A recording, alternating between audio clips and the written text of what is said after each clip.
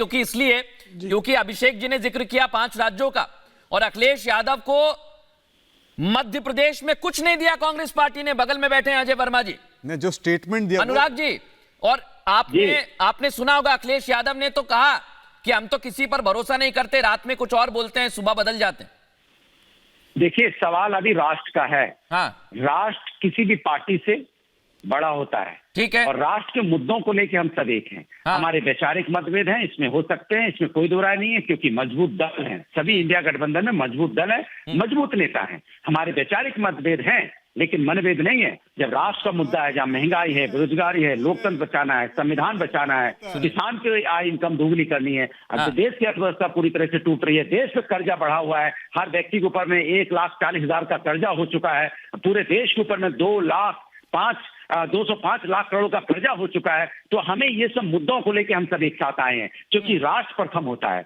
जब राष्ट्र प्रथम है तो जाहिर सी बात है, जब राष्ट्र के लड़ रहे होते हैं तो बहुत सी चीजों को आपको देखिए अनुराग जी, मैं बिना फैक्ट के कोई बात कहता नहीं हूं, लेकिन आपने जब अर्थव्यवस्था का जिक्र किया है और ये कई डिबेट में प्रश्न आया है, तो मैं आज जनता को बता देना चाहता हूं ये आखिर है क्या, आईएमएफ ने कहा क्या है। और मैं चाहूंगा मेरी टीम ग्राफिक्स भी ले आए थोड़ी देर बाद, हमने इस पर ग्राफिक्स भी बनाया था। अनुराग जी शायद आप नहीं आए होंगे। मैं दर्शकों को बताना चाहता हूं ये ऋण सकल घरेलू उत्पाद जिसका जिक्र कर रहा है, आईएमएफ ने भी कहा, चिंता व्यक्त की है। लेकिन जो बड़ी इकोनॉमीज हैं, सुन लीजिए, जो बड़ी इकोनॉमीज हैं उन पर कर्जा कितना है सुन लीजिए जरा, 250%।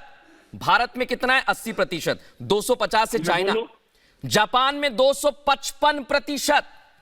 ये आंकड़े हैं, इसलिए मैं दो देश बता रहा हूं, चाइना, जापान। अमेरिका में करेंगे तो ये करीब जाता है 130%।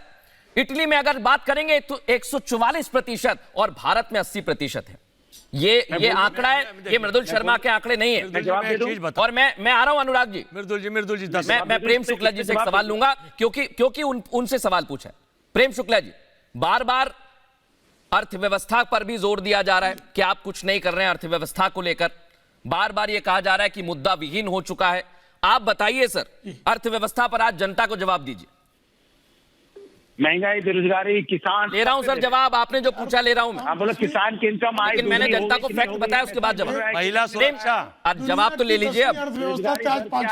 प्रेम शुक्ला जी बोलेंगे 2 मिनट। अनुराग जी आप जवाब सुनिए, देखिए 10वीं अब पर डे क्यों हो गई? प्रेम शुक्ला जी बोलिए, मैं सुन रहा हूं। अब देखिए हंगामा करेंगे, क्योंकि सत्य सुन पाना इनके कलेजे के बस की बात नहीं है। हाँ, देखिए, भारत जो है 10वीं अर्थव्यवस्था से 5वीं अर्थव्यवस्था हो गया। भारत में जो है, जो एनएसएसओ का डाटा है उसके अनुसार 1991 से लेकर 2013 तक भारत में 6.1 करोड़ रोजगार ऑर्गेनाइज सेक्टर में सृजित हुए। अभी जो है ईपीएफओ का आंकड़ा है कि 2020 से 2023 के बीच में 4.98 करोड़ नए अकाउंट्स ओपन ईपीएफओ के हुए।